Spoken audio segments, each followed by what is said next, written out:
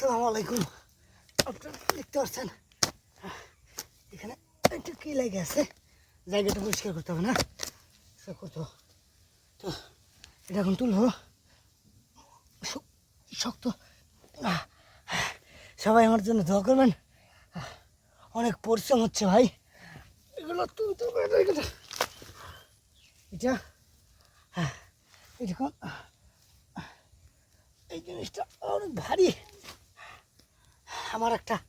আমাদের গাছের মোটা, এটা এখন ফালাই দেবো।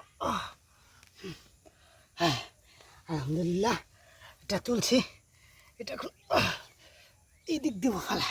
হ্যাঁ হ্যাঁ, সবাই আমার সাথে দোয়া করবেন, আমি যেন এরকম আরও ভালো কাজ করতে পারি।